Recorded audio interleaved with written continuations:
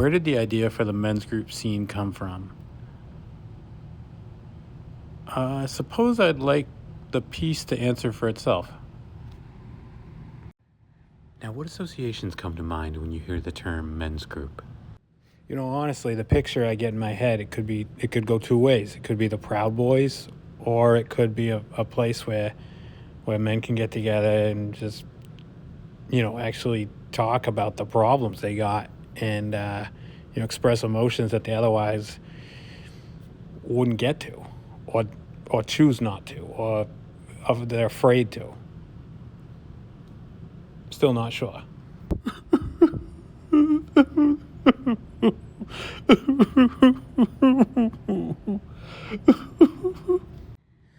When I hear it, I think it's a outlet. It's a way to get that frustration, the anger that builds up out in a healthy way. Because it's there. Dude, there's totally so many amazing people out there that you could bump into every day at the coffee shop and never fully understand the depth. And something like this, it's awesome because you're meeting these strangers on a level where you've cut through all the bullshit and you're just totally engaged with them. It's awesome.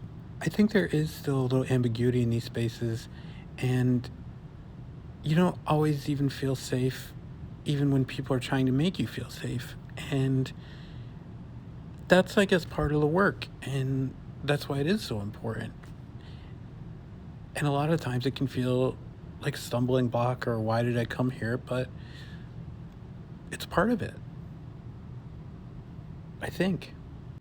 I think you nailed it. I mean, these spaces can be uncomfortable, and there's an element where when you think you're open, you think you have wisdom, a lot of times that can be quite the opposite, and you have to stop talking and start listening. And there isn't a point of I made it and I cannot backslide.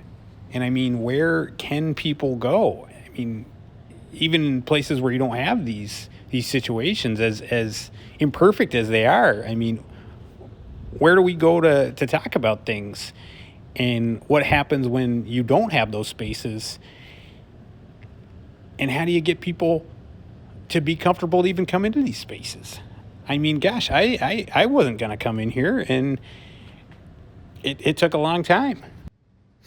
I mean, this has been wonderful. It's cathartic. I think there's this pressure that builds up and builds up in our lives, and it's these little things, and they're stacked on top of one another, and without some sort of valve to release it, you don't notice how much it's hurting you. And especially in this culture where we're not really supposed to talk, this has been absolutely marvelous, just to let these things go and hear them come out your mouth. There's a real question whether or not these groups should have a leader or some sort of captain, someone to take charge, bring the group to realizations, or should it be more of a democratic process? And there's a chaotic nature to that, and it's all right, and it doesn't have to be law and order all the time, as long as there's sharing. I mean, that's why we're all here, I believe. Expression. I honestly waited about 60-something years before I could cry, and it took a fucking diagnosis to get me there. And I don't know, I need to laugh, and I need people I can just say shit to, and that's it. There's nothing fancier than that.